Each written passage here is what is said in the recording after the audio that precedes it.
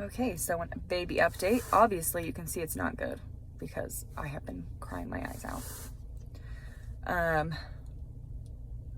So first off, we went and did a checkup on the baby. Couldn't find a heartbeat. Did an ultrasound. Could not find a heartbeat. Baby had no movement. There was no blood flow. Man, I feel sick. I feel like I just want to throw up and pass out. So the reason we went in, because we were not supposed to go in until 20 weeks. But the reason that we went in was because, so I have a home Doppler, and she's been a very wiggly baby. So home Doppler, I have usually been able to find her heartbeat within seconds, at longest minutes. But the other day I was checking, I probably for 20 minutes, I tried 20 to 30 minutes, and then I was like, I'll give it a rest. Baby might have just moved. And I tried again in the evening, nothing. Tried again the next morning, nothing. Tried again in the evening, nothing. Again the next morning, nothing. Finally, I just like, okay. That's not normal because she's a very wiggly baby, and I usually can feel her kicks. I know it's her kicks. So there's that. And I wasn't feeling any of those anymore. I was having like flutters that could have possibly been gas or baby. I was like, is it? I don't know. They weren't her, they weren't her normal kicks that I've been used to. And so I was just like, I didn't want to stress out my IPs, but I also didn't want to leave them hanging. So, because I usually send them heartbeats every few days. So I let her know that I had not been able to find a heartbeat, that it could be just baby changed positions or whatever, but I also haven't really been feeling movement. So of course, I mean, I didn't want to stress him out, but of course that stressed him out. And we went in today, got a same day ultrasound, and there was no heartbeat. She was measuring right on, like pretty much her 18 weeks, like she's supposed to be. But no heartbeat, no movement, no brain function, no placental function, no nothing. She was definitely gone. So I don't even want to think about this part. So they're inducing me tomorrow. I had the option to do a D&E where they remove the baby surgically, or I could deliver the baby, and I chose to deliver. I would just love my IPs to be able to see her and, hold her and realize that she's real, she's theirs, she's real, she lived. So we're doing that tomorrow. I'll let you know how it goes. Oh my gosh, I just want to throw up. Just mad. 1 second, like really mad. Like, why? And then I like flip to so sad and heartbroken to like, why does this happen to people that have tried so hard, that have done everything and everything right, when babies out there can be just like, the mom can be on drugs, or they can literally grow in like hell and like a hellish environment, and they can grow. And then there's other babies that, like, you do everything right and they still don't make it, and they don't know why. They said they could do an autopsy, but just by looking at the ultrasound, they don't know. They said that just, they don't know just by looking at it. So, I don't know.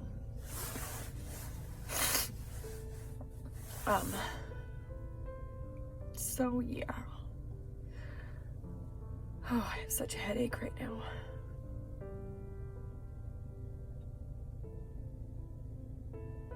well, I will show my 18-week bump, because that's as far as I got.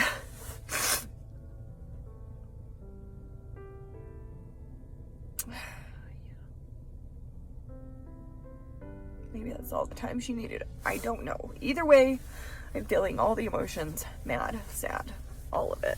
So, yeah. I don't know. I'll let you guys know how the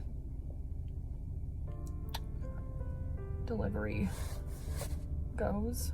I'll probably, I don't know. I mean, honestly, my mind is so scatterbrained right now, and this whole conversation I'm having is literally just me thinking out loud. So it's a little bit long for me to just say I don't know a bunch of times, because that's how I'm feeling. Anyway, I definitely never thought surrogacy was going to be this hard, and that I would be this vulnerable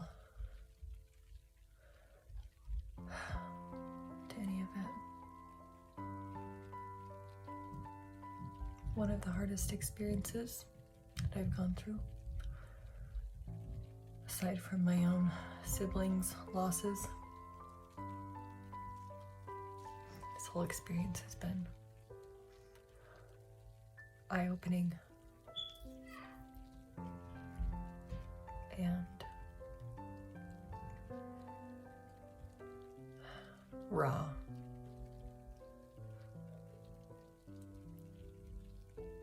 Everything I'm feeling, I feel like I'm feeling it for me, and then again for my IPs. It's a very different experience than I've ever experienced. I've never lost something that wasn't mine, that I was so involved in. I mean, like, my siblings, yes, I guess they weren't mine, but it's like I physically have to go through all the physical parts of this loss.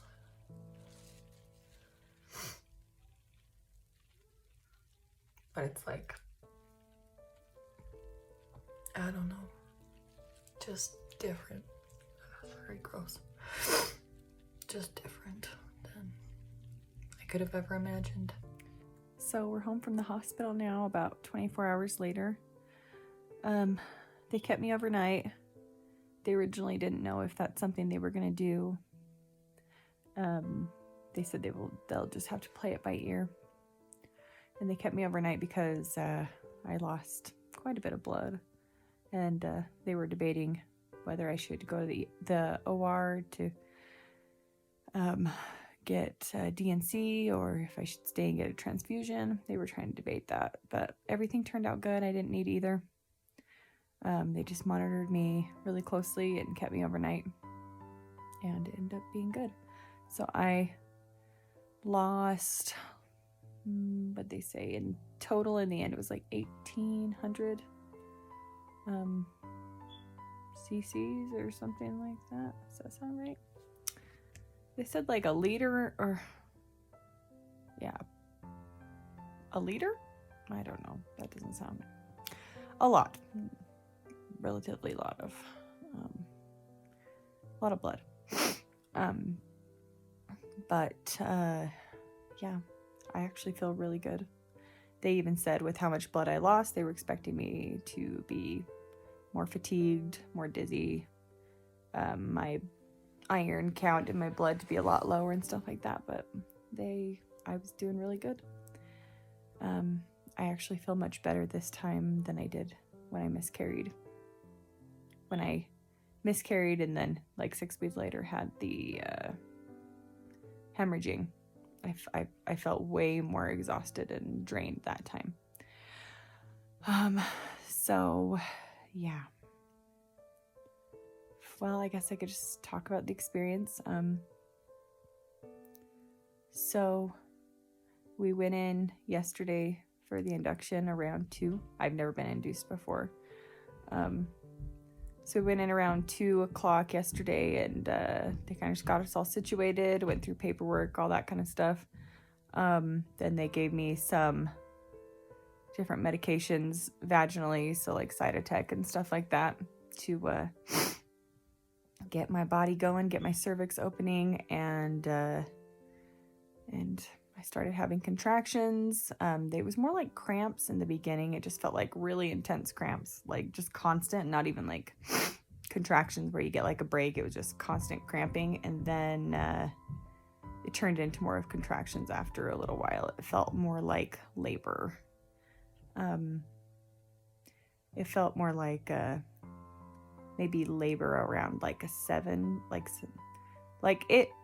I felt myself go through a transition period, like I was having a baby normally. And then things got really intense, and I just started. It started to get really intense, and I was making all the labor sounds, maybe not quite as intense because there wasn't that intense pressure of, a 7, 8, 9-pound baby pressing down on your hips and your bones. There was still pressure, surprisingly. I really didn't think there was going to be pressure, but there was still pressure, just not near as intense. And the whole laboring, like from start to finish, was maybe 3 hours, 2.5 hours. It went well. The parents were there the entire time. My husband was there. They were all just being supportive and being there. I, at one point, felt a very distinct drop into my, wasn't quite into my vagina, but it was more like drop right into my, I can't even think right now, my lower pelvic area. And I told him that. I said, and then I felt a very distinct minor crowning feeling. Like I wasn't dilated all the way. Of course, I didn't have to be. I didn't have to be to a 10. But I could feel that same slightly burning sensation as crowning. And it wasn't near as intense, the crowning. But I could definitely feel like that pressure. The pressure on like, it was like the same pressure as when you're having a baby, where it's like, do I need to use the bathroom? Do I need to poop right now? Which I wasn't expecting, because I didn't think there was going to be that much pressure, because there's not that much baby.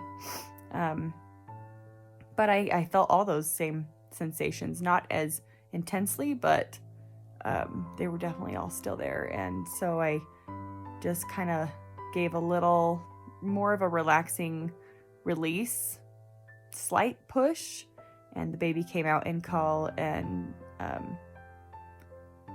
so fully, like in the sac and everything. The placenta almost came out with it, came out about halfway with it, and that's where we had more complications. So the baby came out great.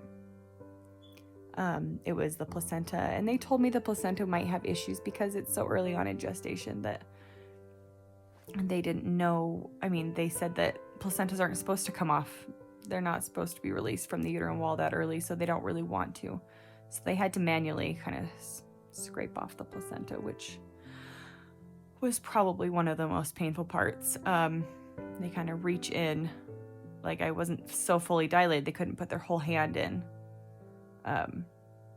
to my vagina and to my uterus, but they could just, she was reaching probably about 3 or 4 fingers in and just kind of scraping it off. And that was, I wondered how something so little, like that little placenta, about as big as my fist, could be so hard to push out, because I was really pushing like I would push any other baby out. So, but it finally did come off the wall and come out, and that's really where my bleeding came from, and that's where majority my body didn't want to take care of that very quickly.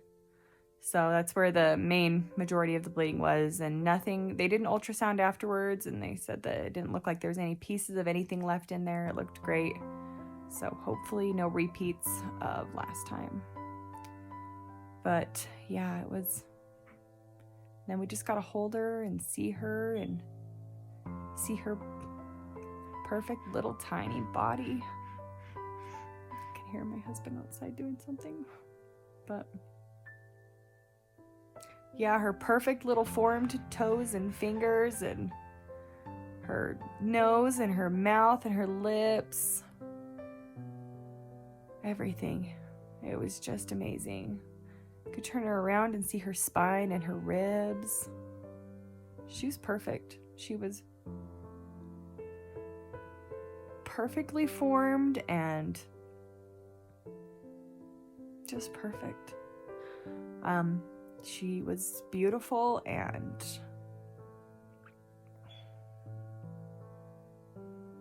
it was so good to see her, but it was really hard to see her too, because you just have so many emotions as, like, you know, I see the little hands. I see her little hands and her little feet, and just to think, oh, 4 days ago, those were the little feet I felt kicking me. 4 days ago, those were the little hands that I could feel. She was strong. She had, like, actual muscle on her arms and her legs that you could see. But yeah, so that was hard. It was validating, very validating to see her and stuff, but it was really hard. The hospital was amazing. They gave the IPs like a little hat to put on her, and just like a little kind of like sort of clothes to put on her, and just kind of they gave my IPs and me and my husband just like as much time as we wanted with her, and could hold her and everything. It was really awesome to get that closure, that time. I was, you know, still in a bit of pain, and then because they asked me if I wanted an epidural, and I did it without an epidural, and they asked me if I wanted pain management afterwards, and I didn't really need much until I was clenching my jaw a lot after the fact, when I was starting to, my uterus was going down, and when they were pushing on my uterus a lot. So my face was really sore, so they gave me some fentanyl, and that's when I really started to kind of relax, and I feel like after that point I don't really remember a whole lot of like seeing her and holding her, but I mean, there's pictures, so I'm really grateful for that, because I feel like I didn't get a whole lot of time to process yesterday, because I was just in and out of intense sensations like pain, or just kind of like it just felt like a whirlwind of, you know, bleeding and getting poked, and moving from this bed to that bed to, you know, questions, and I don't feel like I really got to process a whole lot yesterday. There were moments of processing, but that's more of what I'm doing today, I think, kind of processing. It is strange to be pregnant and then not. I mean, it's weirder than just normal, like when you have a baby. So I mean, even that's kind of a weird feeling, like, oh, that baby was just barely inside me. But it feels a little different. It feels a little more hollow. Probably just because I know that nobody's happy right now. Like, my IPs don't get their sweet little baby with them. I think they were planning on autopsy. Man, I'm spitting my tears everywhere. I think they were planning on an autopsy and then cremation, I believe. So, yeah, they got to spend a lot of time with her. I hope they spent enough time with her. But, yeah, I'll let you guys know how the next little while goes. I have no idea what the future will bring for me or them.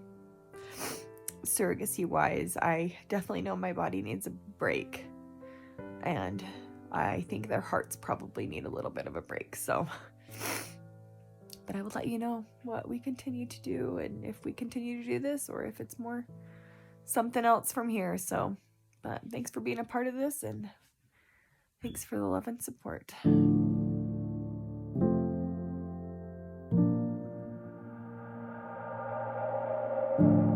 I am unfolding, I am not holding on. Shattered in pieces, I am the broken one. If you only knew the chaos inside my head. Wish that I could run, but I'm just not ready yet. Just let me hold a little longer. I'm in a war with no armor. Need to cry an ocean before I'm stronger. Just let me hurt a little longer. Just let me hurt a little longer.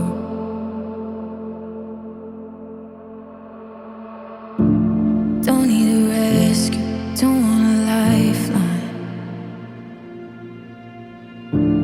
I need to crumble, cannot save me this time.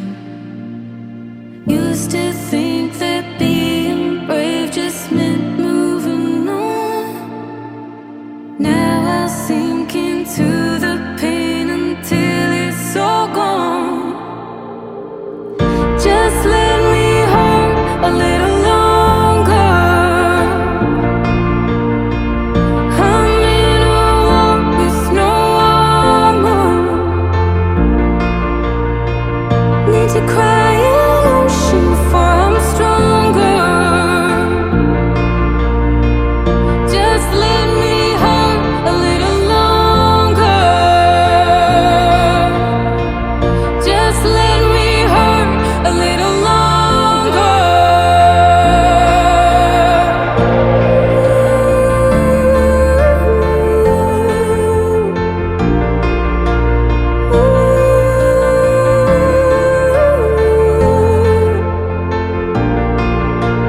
Heart is in stitches, I burned all my bridges, and I'm at the end of my rope. My stomach is twisted, I can't resist it, don't know where else to go. So just let me